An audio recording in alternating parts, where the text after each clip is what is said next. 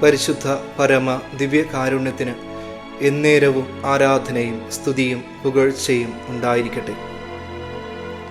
വിശുദ്ധ പൗലോസ് അപ്പോസ്തലൻ റോമാർക്കാർക്കെതിരെ ലേഖനം 10-ാം അധ്യായം 9-ാം തിരുവചനം ഇപ്രകാരം പറയുന്നു: ആകയാൽ യേശു കർത്താവാണ് എന്ന അധരം കൊണ്ട് ഏറ്റുപറയുകയും ദൈവം അവനെ മരിച്ചവരിൽ നിന്ന് ഉയർപ്പിച്ചുവെന്ന് ഹൃദയത്തിൽ വിശ്വസിക്കുകയും ചെയ്താൽ നീ രക്ഷ പ്രാപിക്കും.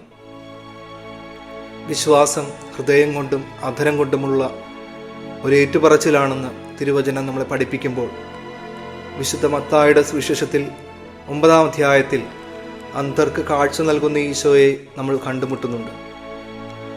ആ അന്ധർ ഈശോയിൽ വിശ്വസിച്ചുകൊണ്ട് ഇപ്രകാരം കേണപേക്ഷിക്കുന്നുണ്ടല്ലോ: ദാവീദിന്റെ പുത്ര, ഞങ്ങളിൽ കനിയണമേ.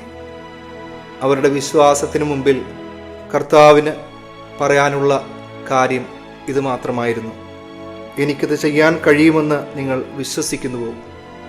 ഓ കർത്താവേ എന്നവർ മറുപടി പറയുന്നു: നിങ്ങളുടെ വിശ്വാസം പോലെ നിങ്ങൾക്ക് ഭവിക്കട്ടെ.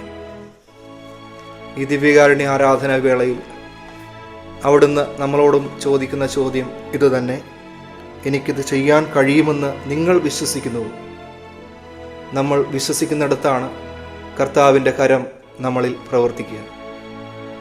വിശ്വസിക്കുന്നവരോടുകൂടെ ഈ അടയാളങ്ങൾ ഉണ്ടായിരിക്കുമെന്ന് തിരുവചനം സാക്ഷ്യപ്പെടുത്തുമ്പോൾ, നമുക്കും നമ്മുടെ ജീവിതത്തെ മുഴുവനും ദിവ്യകാരുണ്യ സന്നിധിയിൽ കൊടുത്തുകൊണ്ട് കർത്താവെ ഞങ്ങൾ വിശ്വസിക്കുന്നു എന്നേറ്റു പറഞ്ഞുകൊണ്ട് അവിടുത്തെ അനുഗ്രഹം സ്വീകരിക്കാം.